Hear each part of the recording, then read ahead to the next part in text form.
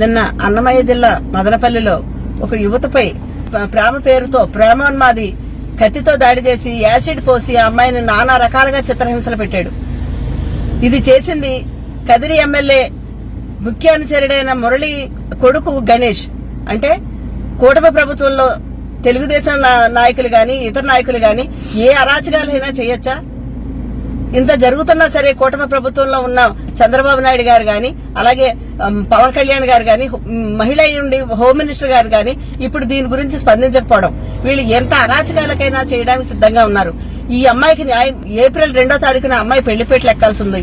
అలాంటి పిల్లని ఇంత చిత్రహింసలకు గురి చేసి ఇన్ని చేస్తుంటే ఇప్పటి వరకు రాష్ట్రంలో జరుగుతున్న అరాచకాలు అన్ని చూస్తుంటే ఈ కూటమి ప్రభుత్వంలో ఈ రాష్ట్రంలో రాజకీయం అంటే రాక్షసత్వంలా కనబడుతోంది.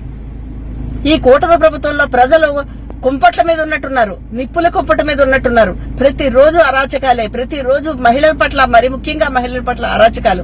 ఇలాంటి అరాచకాలు చూస్తుంటే ఒక మహిళగా దీన్ని ఖండిస్తూ ఇలాంటివి ఇప్పటికైనా పవన్ కళ్యాణ్ గారు దీని గురించి స్పందించాలి. ఎందుకంటే జగన్ గారి ప్రభుత్వంలో ఆయన ఎన్నో విషయాల్లో విమర్శిస్తూ చెప్పేవారు, ఎక్కడ ఏ అరాచకం జరిగినా నేను నిలబడతాను, ఒక మహిళకి ఒక అన్నగా నిలబడతానని చెప్పేవారు. ఆయన ఇప్పుడు ఎక్కడున్నారు? నెలనాళ్ళ నుంచి ఆయన ఎక్కడున్నారో ఆయనకే తెలియట్లేదు. ఇక్కడ ఉన్న ముఖ్యమంత్రి గారు దీని గురించి పట్టించుకోరు. మహిళ అయ్యుండే ఒక మహిళకి ఇన్ని జరుగుతున్న హోమ్ మినిస్టర్ గారు పట్టించుకోరు.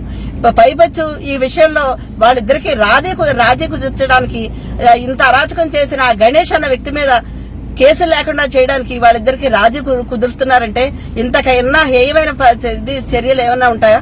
ఈ విషయంలో ముఖ్యమంత్రి గారు, హోమ్ మినిస్టర్ గారు అలాగే డిప్యూటీ సీఎం గారు కూడా స్పందించి వాడిని గణేష్ ని కఠినంగా శిక్షించాలని మేము అందరం కోరుకుంటున్నాం.